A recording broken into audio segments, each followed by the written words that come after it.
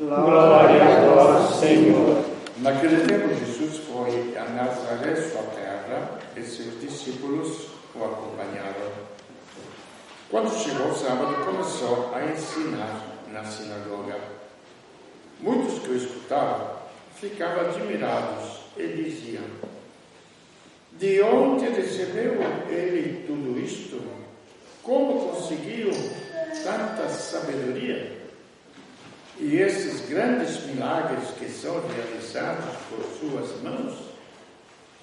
Este homem não é o carpinteiro, filho de Maria, irmão de Tiago, de José, de Judas, de Simão? Suas irmãs não moram aqui conosco? E ficaram escandalizados por causa dele. Jesus lhes dizia: um profeta só não é estimado em sua pátria, entre seus parentes e familiares. E ali não pôde fazer milagre algum. Apenas curou alguns doentes, impondo-lhes as mãos, e admirou-se com a falta de fé deles. Jesus percorria os povoados da redondeza, ensinando. Palavra da salvação. Glória a vós, Senhor.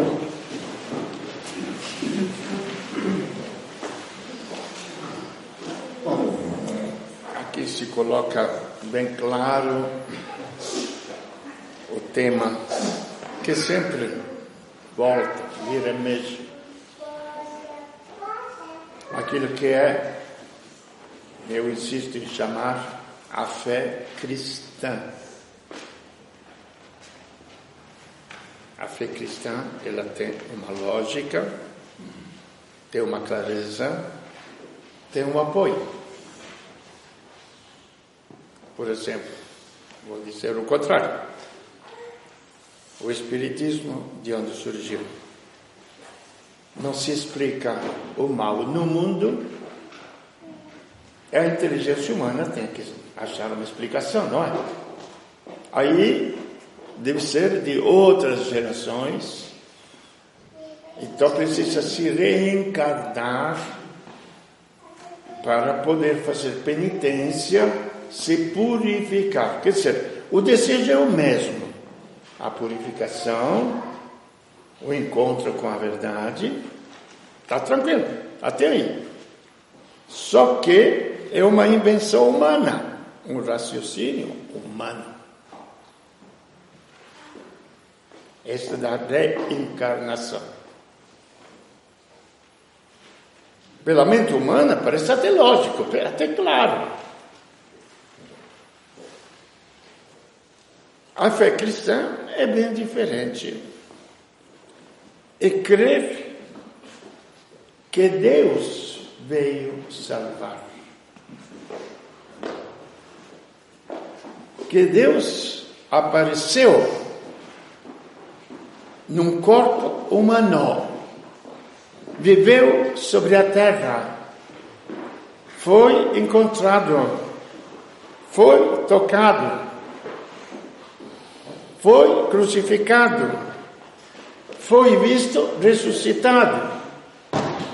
Então, é uma experiência real. Agora, o que acontece?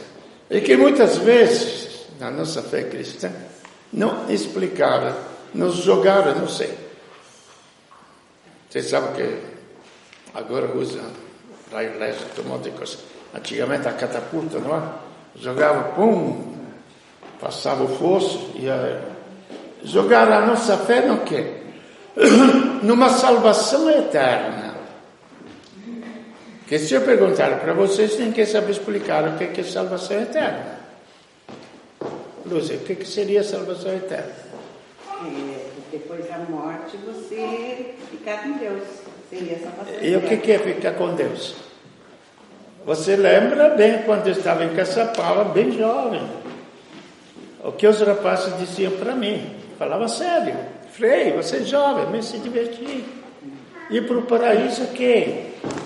Para a salvação eterna. Lá só tem papinha, lá só tem anjinhos. Vem no inferno conosco, lá tem churrasco, lá tem mulherada. Você sabe bem, não? Você acompanhou este ritmo da juventude. A vida é uma coisa muito prática, muito real. Entendeu?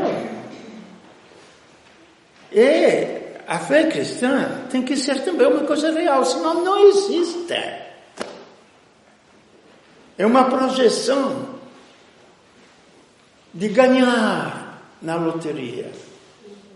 Mas você nunca ganha, também nunca trabalhou e vai passar fome. Que eu lembro quando eu era criança, fiz aquele joguinho, era uma festa, não tinha nem dinheiro, pouquinho que tinha. Meu pai me viu e eu vi ele. Quando cheguei em casa, tranquilo. Vitória, você ganhou muito dinheiro lá no joguinho da praça. Ah, não joguei, como sempre. Menti, não? Não vai mentindo, não. Eu te vi, você me viu. Não, ganhou. Não, perdi tudo. Ah, tá. Você quer ganhar?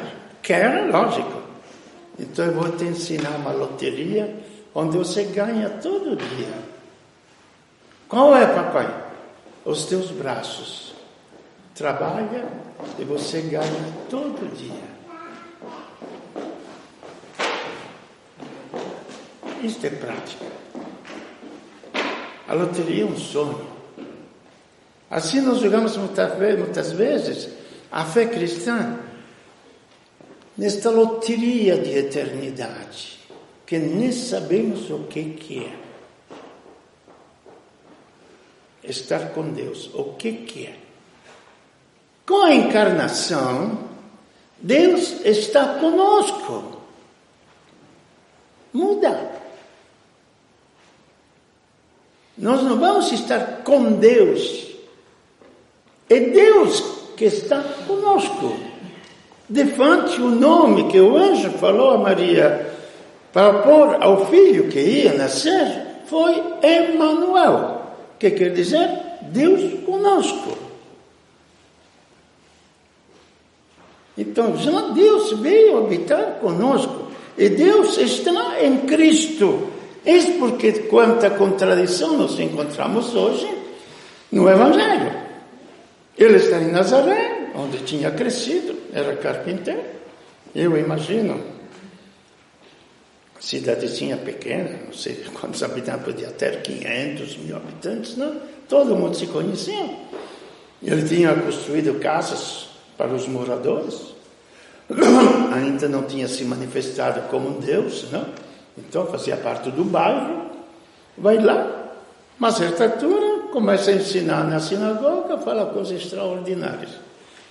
Faz um monte de milagres, sara os doentes, cura as coisas. O que o povo faz? Que isso? Ele é o filho do carpinteiro. De onde que ele vem esta sabedoria? Esse poder, eles mesmos que falam, e esses milagres que eles fazem, de onde que ele vem? Os fariseus mais emancipados culturalmente, porque aí seria, o ateísmo está começando no Brasil, intelectual.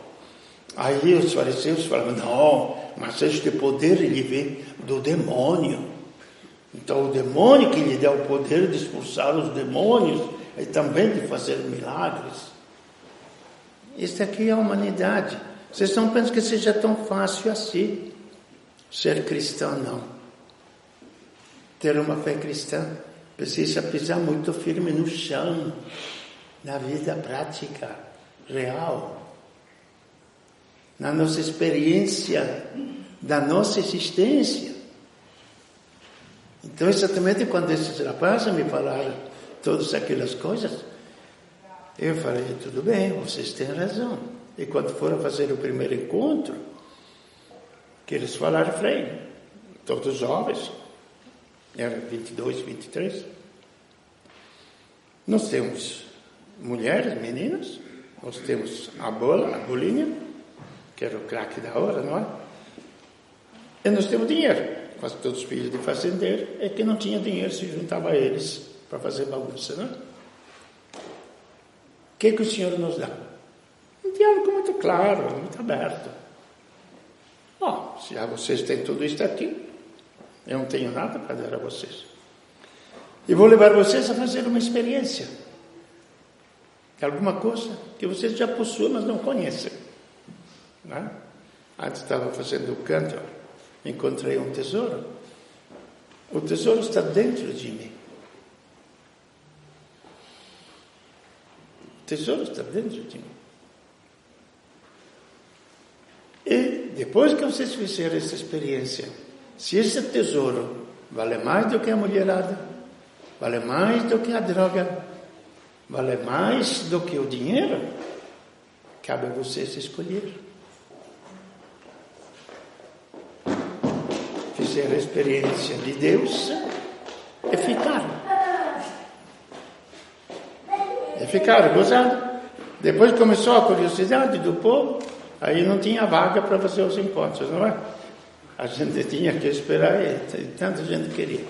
Compreende? Então, Deus é uma experiência, como a nossa vida é uma experiência, que depois possa permanecer eternamente, e que depois possa se expandir toda esta nossa pequena experiência de Deus na Terra, numa dimensão infinita, como é infinito o próprio Deus. Aí tudo bem, por quê? Porque somos libertados deste corpo de pecado que fala São Paulo. São Paulo fala o corpo do pecado. Não é só o corpo físico, biológico, a nossa mentalidade. A ignorância é pecado. Não somos culpados, como uma criança ignorante, mas é pecado, que não sabe. Se vocês colocam diante de uma criança um brinquedo e colocam R$1 milhão, a criança o que vai escolher? O que vai escolher? Um brinquedo, não é? Que pena. Poderia ter levado para casa R$1 milhão, e os pais compravam um quarto de brinquedo.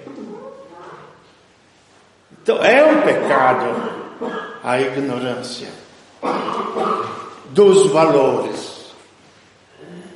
Por isso que muitas vezes nós erramos, porque nós não conhecemos os valores, não temos feito experiência dos valores que Cristo trouxe, que vale mais do que todas as outras coisas. Aí o povo começa a armar um monte de desculpas.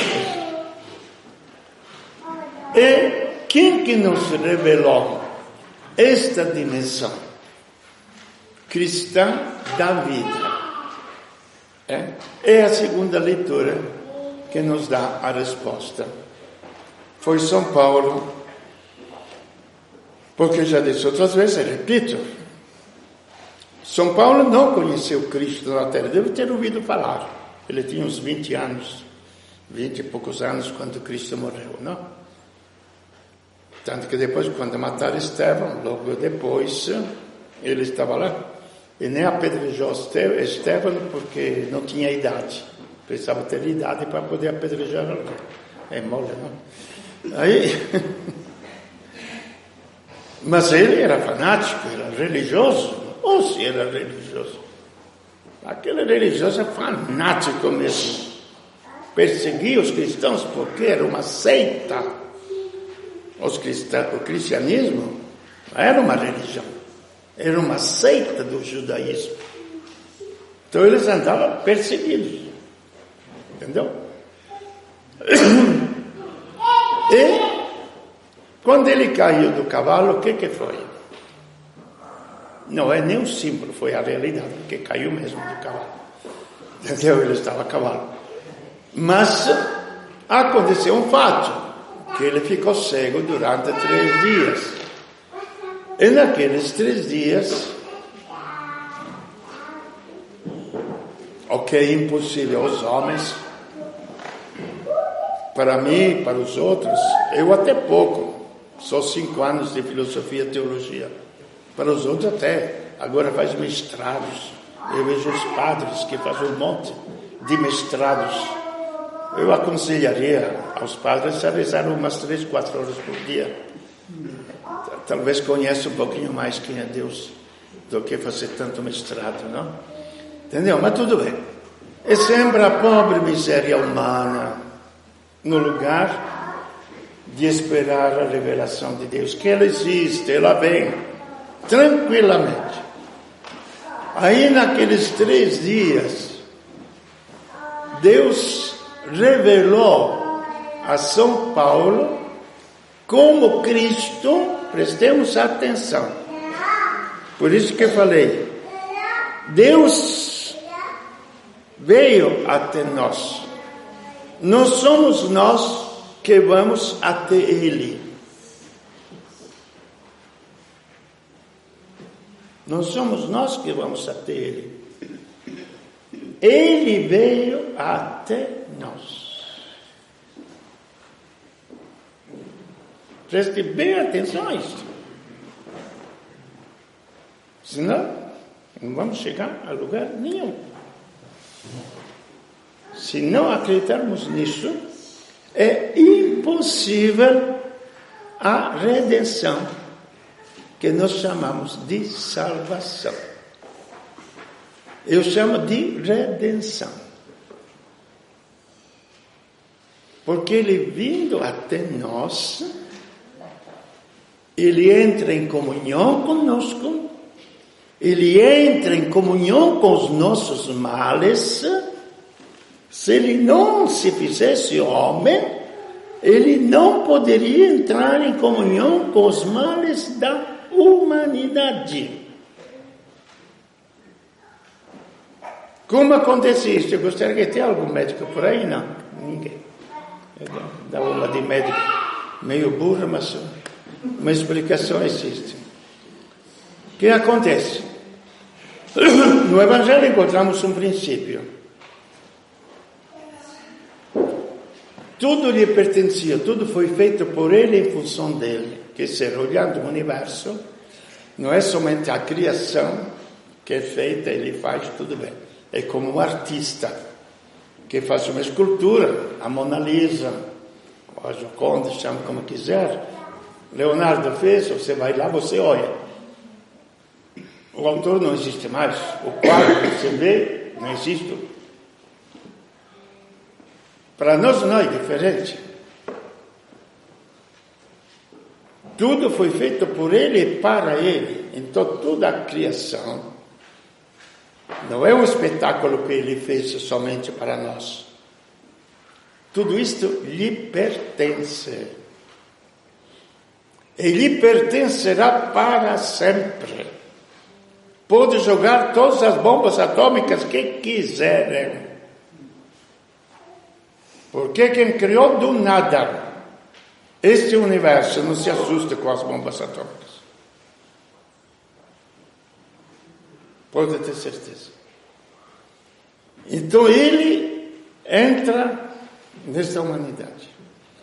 Nele havia vida. E como Ele criou o universo, infundiu uma vida de acordo com a natureza das coisas.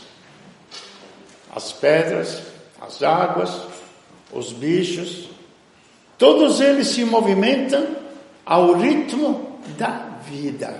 Prestemos bem atenção a isso. Não é tão difícil. Isto eu já falei outras vezes, mas como eu medito todo dia isto, e me alegra muito, tem a vida das plantas. Ela se entorta toda para captar um pouco de sol, não é? O que ensina a planta a se entortar? Tem a vida dos animais. Quem ensina os animais a chegar na época do cio? Quem ensina os pássaros a voar às vezes 12, 13 mil quilômetros para botar as coisas? Agora não tem maritaca, daqui a pouco vão botar os maritaques para fazer os ninhos aqui. Gente, é o ritmo da vida. Será que nós não sabemos ler o livro da natureza? Tudo se movimenta ao redor da vida.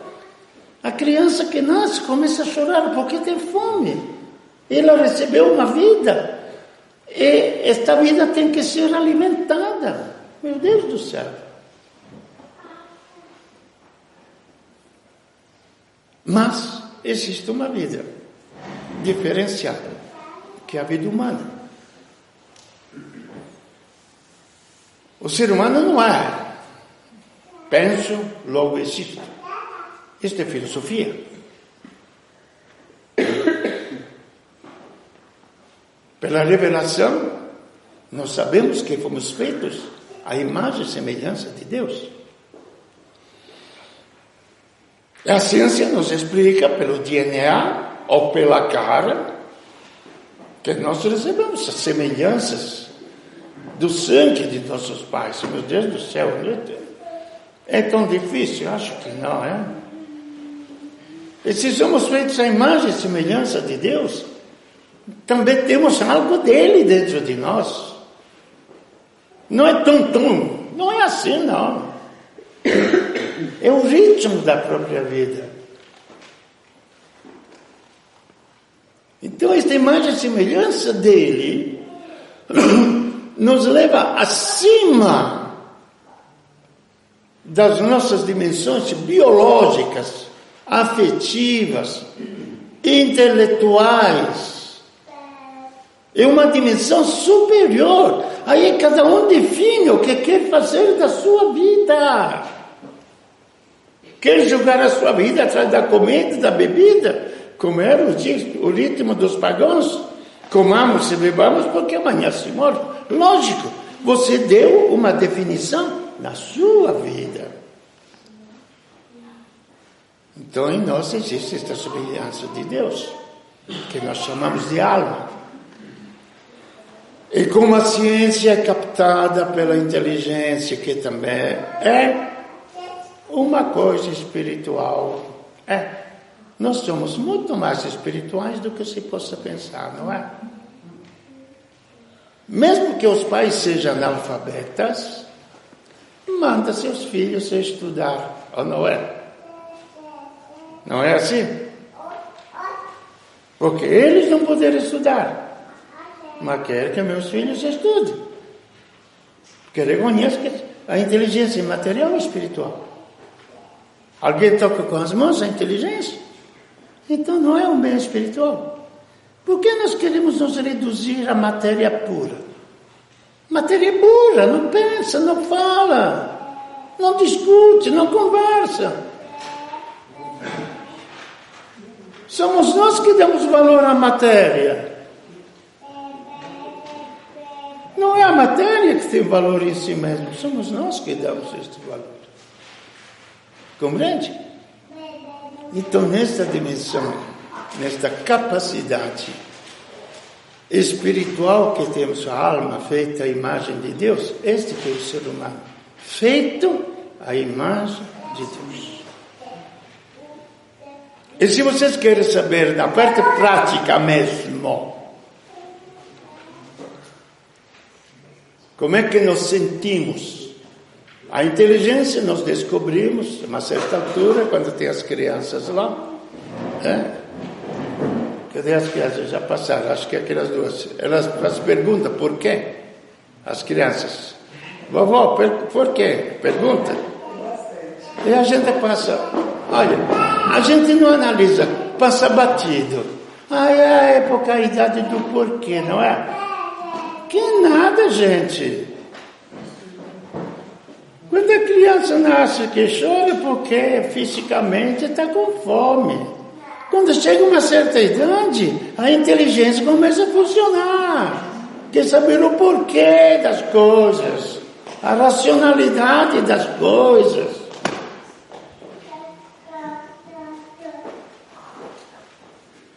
Meu Deus do céu. E aí, chegamos a um ponto. Se vocês encontrarem uma pessoa que diga, não quero ser feliz, Aí vocês encontraram um ateu. O que quer dizer ateu? Uma pessoa sem alma.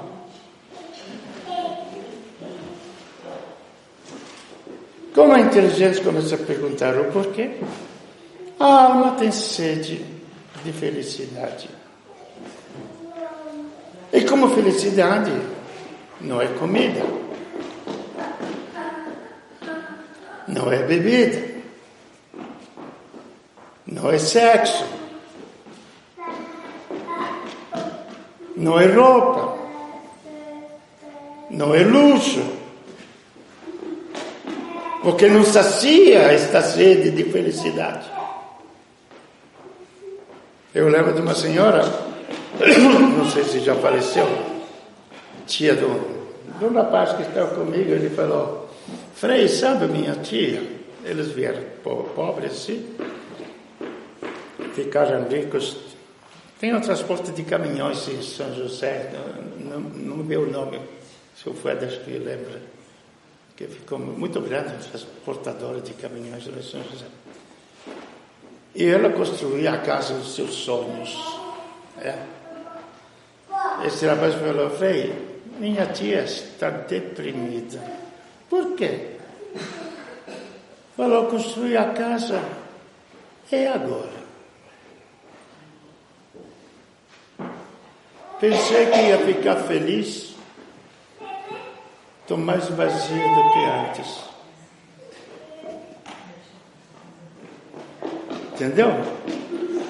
Nunca encontraram pessoas assim? Um monte, não é? Um monte. Porque felicidade é fome de Deus. Querer ser feliz quer dizer ter fome de Deus. É uma fome tão profunda, tão infinita, que somente um ser infinito pode saciar. Nem o afeto dos pais, nem o afeto do namorado ou namorada, do marido de uma mulher, pode saciar. Somente Deus. Isto é sermos sido criados à imagem e semelhança de Deus. Então foi nesta parte, por isso que eu digo, no lugar de fazer mestrado de teologia, vamos ensinar aos padres a rezar, para eles ensinar os fiéis a rezar, a encontrar a Deus. Compreende? Aí em São Paulo, e por que puxei de longe? Para compreender como é que Deus veio até nós, Ele se fez Emmanuel, Deus conosco, e a vida eterna veio até nós.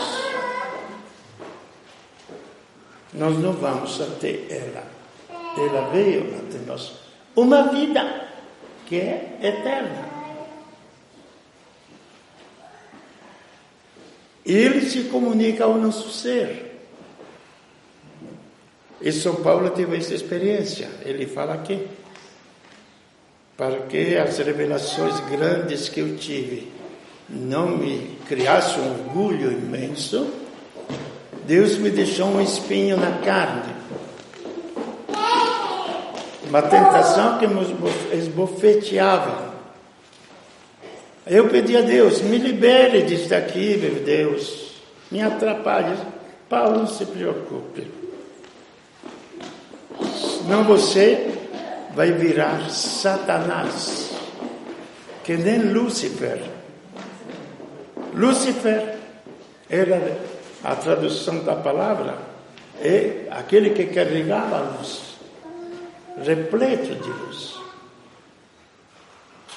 Ele se revoltou demoniacamente quando Deus lhe disse para adorar uma criança que seria Deus feito homem. E ele falou: não vou adorar. Esta foi a tentação do Lúcifer. Então, para que você não fique enaltecido com todas as revelações. Eu vou te deixar isso aqui para ver quem é você. E na humildade de quem é você, que a minha força se manifesta. Aqui depois viria só dar uma cena e depois terminamos. É na fraqueza que Deus se manifesta. Pode ser fraqueza física, doenças,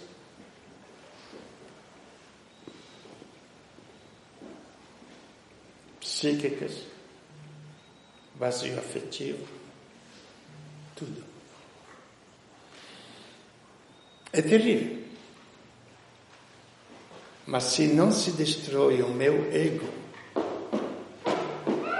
superficial, por mais que se queira, de vaidade, de estupidez, mas ele ocupa o espaço. Nós somos como drogados. O drogado pode ser o embriagado, pode ser a pessoa mais inteligente do mundo, mas quando ele está drogado, a inteligência não funciona. Quando ele está bêbado, a inteligência não funciona. Nós somos drogados de nós mesmos. Eu poderia, toda a minha experiência também pessoal e de padre, todas as vezes que eu pensava que eu ia fazer alguma coisa na igreja,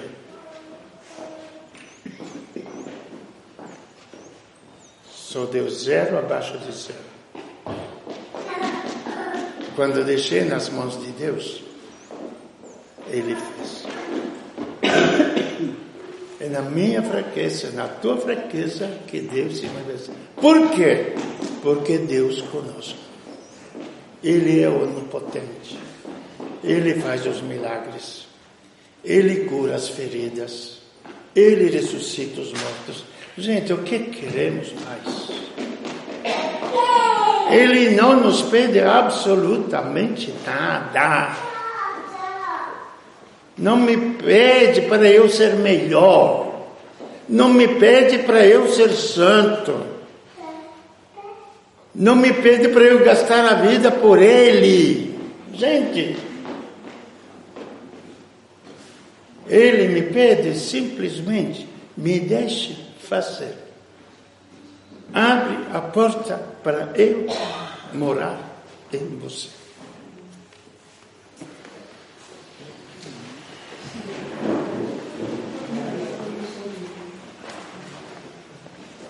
Creio em Deus Pai.